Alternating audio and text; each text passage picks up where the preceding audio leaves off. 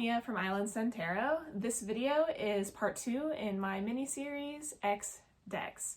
We're going to be talking about some decks that I have culled from my collection when I did a big move last year to Hawaii. Now that it's been a year, I wanted to go back and think about some of the decks that I culled and whether or not that was a good choice. And I also wanted to share the decks that I chose to keep at the time that I was reasoning in my head that that's what I was going to use instead. So the first deck is Tarot of Prague by Baba Studios.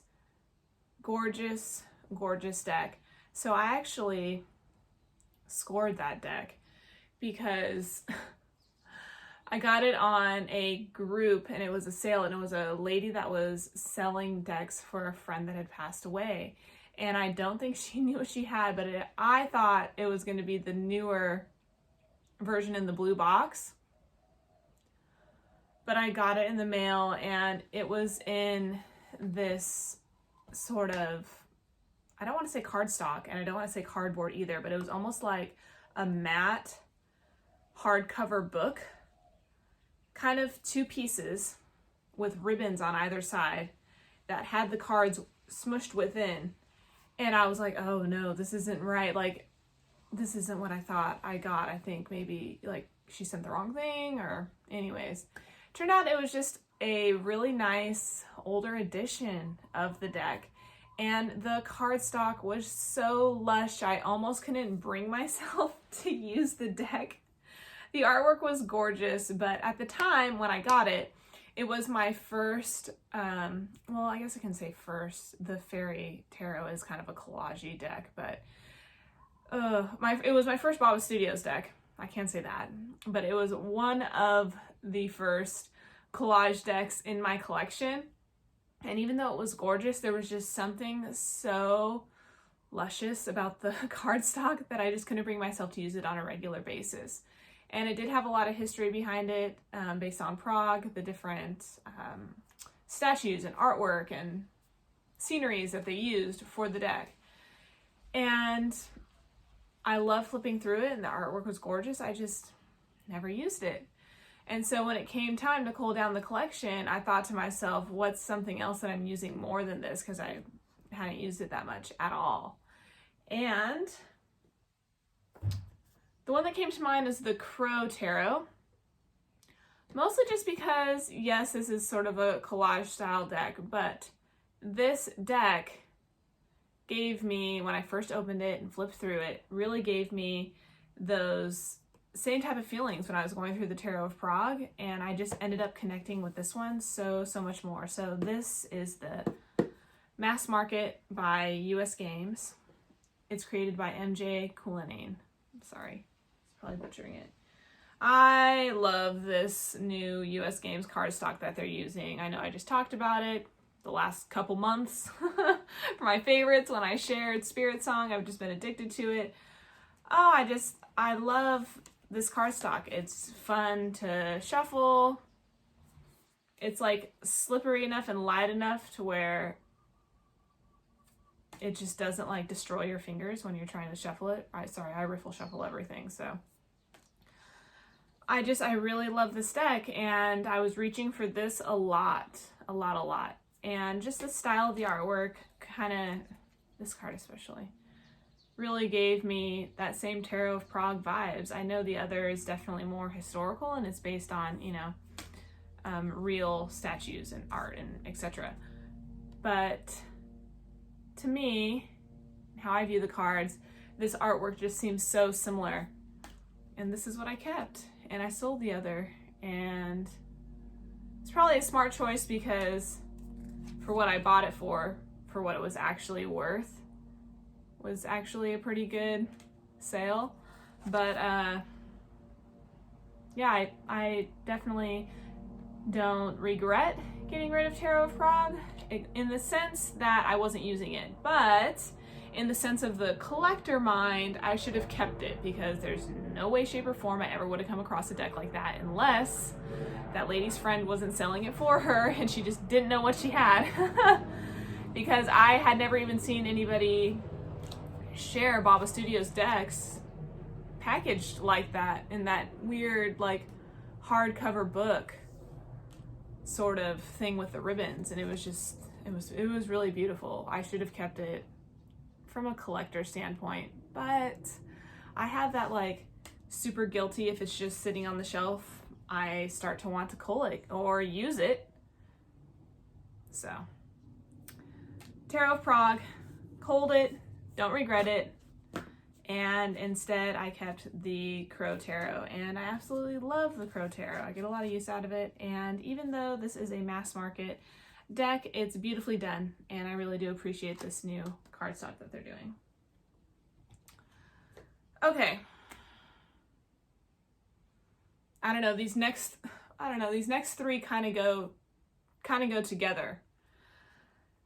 So first let's talk about, these are what I culled. Vampire Tarot by Robert M. Place. Again, in the same theme of the Tarot of Prague. I believe I scored that from somebody that didn't know what they had, and it was still wrapped. And the box was gorgeous. The cards were super glossy that each one was stuck to the other so bad that I almost didn't want to open them to even look at all the cards because they were so sticky. The sound peeling each one apart is just like, to me, nails on a chalkboard when it comes to tarot cards, and you're just like, oh God, please, because I didn't want anything to rip. The other thing that was interesting about that deck was that the corners were all sharp. Nothing was rounded. So it was interesting to try and shuffle. It was really sticky. And just tactile wise, I didn't like using it. I really liked that artwork. Really, really loved it. But I don't know. We didn't really click, even though I loved the artwork so much. I love flipping through the cards and enjoying the deck for the artwork. I just never used it for readings. Like I said, tactilely, it was just kind of interesting to use. The sharp corners, the really sticky gloss, it was hard to shuffle, even just overhand. And then the next one that's kind of in this group, this theme, is the Bohemian Gothic Tarot. I purchased that from Bob Studios, and it was in the beautiful, beautiful clamshell box. The cards were just amazing, and I was just so excited because when I had purchased that Tarot of Prague, this is what I thought it was going to be in like the blue clamshell box. And so when it wasn't, I was really excited when I ordered the Bohemian Gothic. And yes, the cardstock was amazing. And that deck, the artwork was a little like spooky, creepy in a cute way. And I don't know, I loved it so much, and I did use it, but I think it was like we had our honeymoon phase that was relatively short compared to some other decks that I've really had a honeymoon phase with, and it ended up sitting on the shelf. And so when it came time to cull the collection, I was like, gosh, I haven't used this in forever. I haven't even like thought about it, even been like, oh boy, I should use the Bohemian Gothic, and I just never did. And so that part of me was like me being practical, being like, I'm not using this. I haven't used it. I don't know if I'm gonna use it again. It's gone. Now, do I kind of regret it? Yes, because they're doing their whole out of print thing. I should have just kept it, because that deck is really just, for me, it was a time of the year type of deck, like what we're leading into fall time here. And for whatever reason, the last fall before I culled all my decks, I didn't use it. And I honestly can't remember what I was using at the time, but for those two decks, when I was culling the collection, looking at the collection, thinking to myself, what I use instead of these two is, I'm sorry I don't have the box anymore, The Darkness of Light. So I absolutely love this deck, and I know it doesn't necessarily go completely with the theme, but bear with me. The artwork and the theme of the deck is just darker overall. So like, I don't really find myself reaching for this deck in spring, just naturally. I absolutely love this deck and all of the artwork, and I could use this deck year round. But that also comes down to, I have multiple decks in my collection that I just love so much that everything gets shuffled around. And so that's how things get used in my collection by season, or it also could just be how I'm feeling too. But I absolutely love this. The artwork is just really gorgeous, and it has a couple of my like all-time favorite, a Chariot card, Queen of Cups. It's like I want to dig for them, but not really. The Knights too on all these are really gorgeous. Two of Cups, I love the kiss there. Just, yeah, all the Knights as I come up to another. Just, there's so many wonderful things about this deck that I just appreciate so, so much. And I could not part with this. But in my head and sort of the category that I had placed it in, it was kind of with those other two. And those other two I just hadn't picked up for so, so long. Sorry, I'm just trying to search for like a favorite. And, oh, yes, here we go. Oh, him too. Gosh, and like some of the characters, I don't know, I just bonded with it so well. And I really enjoy some of the people in this deck. The dog too. Gosh, I love the use of the dog in this deck. And I think even though this is so traditionally like Rider-Waite Smith based, I really feel like this deck was like reawakening for me for this. Everything that I read is really RWS based, but this one is very close. The style artwork, oh gosh. Ten of Cups. Sorry, all my favorite cards are cups. I'm a total like water person, obviously. But yeah, oh, here we go. Chariot. I could not part with this deck, and I also, oh, this is another one, would reach for this instead of the other two. So, yes, I'm sorry, I'm like searching through the entire deck. The Darkness of Light Tarot is what I kept instead of Vampire Tarot by Robert M. Place and the Bohemian Gothic by Baba Studios. Okay, so this next one, I culled it just because I wasn't using it at all. And it's what I'm using instead. I didn't have at the time. I have it now. And so I'm still glad that I culled it for my collection. So I'm sorry, I'm talking about the Green Witch Tarot. And I don't have it written down on my notes. I know it was published by Llewellyn. I'm sorry. I believe it was Anne Mora. I'm not sure who the artwork was by. I apologize. But I was super excited about that deck when it came out. I pre-ordered it and everything, and I was just like, yes, this is going to be it. I'm so excited. Seems a little, witchy, a little pagan. It'll be so much fun. And yes, that deck was super fun. It had like a animal associated with each card. The guidebook was amazing.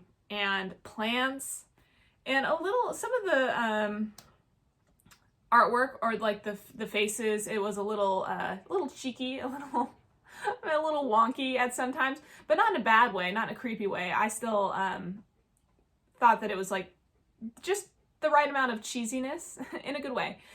And the only thing about that deck, and yes, I had pre-ordered it, but I didn't receive it right away. So I'd already seen some walkthroughs because I just couldn't help myself. And I was like, oh, when they're flipping through the deck and they get to swords, and it was called, I don't want to mispronounce it, but I want to say Athames. It's like a smaller sword. And that was the only thing about that deck that I was just like, why? Why did you have to do that? Even if you didn't want it to be a massive sword, you could have gone with dirk or dagger or, I don't know, anything else. And that just really put me off of using that deck. It bothered me, and I didn't really use it. Yes, the cards were super detailed, but oh my goodness, it just... So I culled it. I wasn't using it. And I honestly at the time didn't have anything to like replace it or anything that I was using instead of it. I just wasn't using it. But now I know you're probably thinking exactly what I'm going to mention. I'm so happy that I got this deck because this deck is everything that I wanted out of the other, and it just didn't work. The Druidcraft. I love this deck so much. I swear we are like soulmates. I think that's what it is. And I've said it before, and I'll say it 1,000 times. I cannot believe it took me as long as it did to get this deck. Just amazing. It's so earthy, pagan, obviously, but I love the simplicity of the artwork, yet it can be so super detailed in, you know, the clothing, the plants, the stonework, the jewelry, every little thing. And the guidebook for this is so, so good. The guidebook fulfills everything for me for this deck. I wish every guidebook was like this one because it's just so detailed and it gives you so, so much. Oh, this one's beautiful too. Just so many favorite cards in this deck that I just love so much and that are just so gorgeous to me. And I couldn't be without it now. This is definitely one of those ones where, you know, you're playing you're going on a trip for a long time. You can only take, I can never do one. So let's just say 5. Well, this is definitely top 5 for me, without a doubt. And the second I got this deck, I knew it was a good choice. Like, I didn't regret culling the Green Witch. And you know what's sad about that deck is that I so badly wanted to love it that I like forced myself to use it, even though the Thames thing really bothered me. And there were just a few cards that were just a little cheesy. You know, I have to admit with the Druidcraft, there are a few facial expressions or maybe the like direction or like, you know, a couple little wonky things, but not like the kind that makes you like chuckle or it feels more like a little childish, the artwork. So I culled the Green Witch Tarot. Good choice for me. I'm so glad that I got the Druidcraft and I've just been loving it. The honeymoon phase is not over. It's going on and on. Okay, so the last one that I have for part 2 is Tarot of Vampires by Ian Daniels, and I originally culled it for my collection. Yes, I definitely did.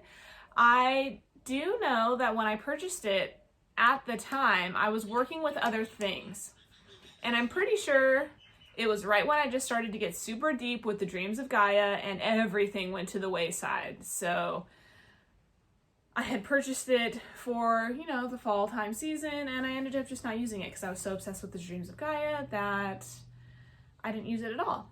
But I did read the guidebook completely through because that guidebook has been praised as just an awesome guidebook.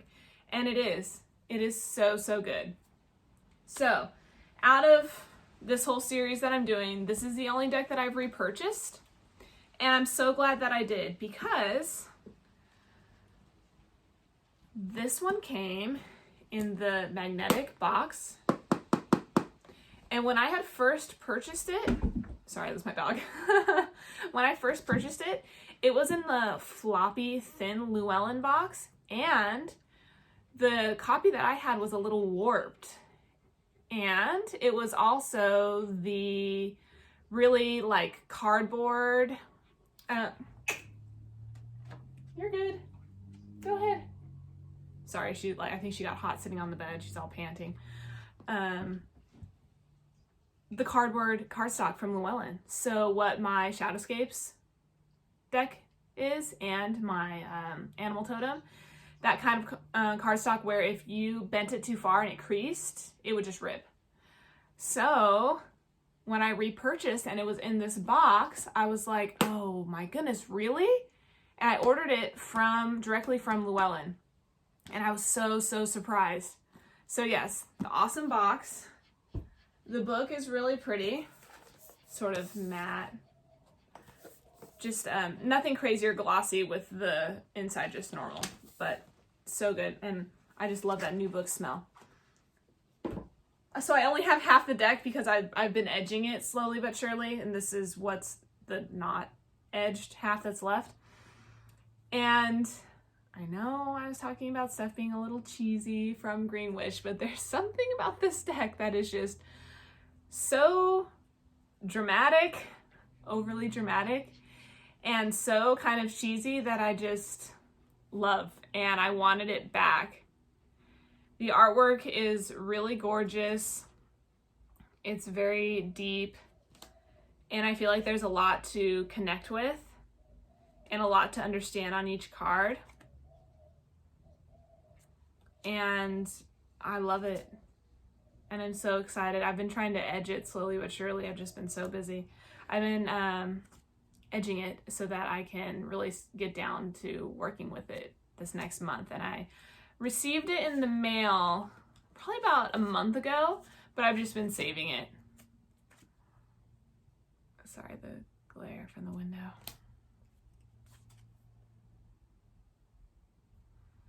It's so fun, and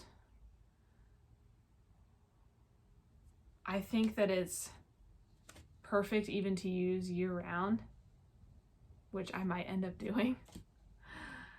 And oh, look at this Chariot card. So cool.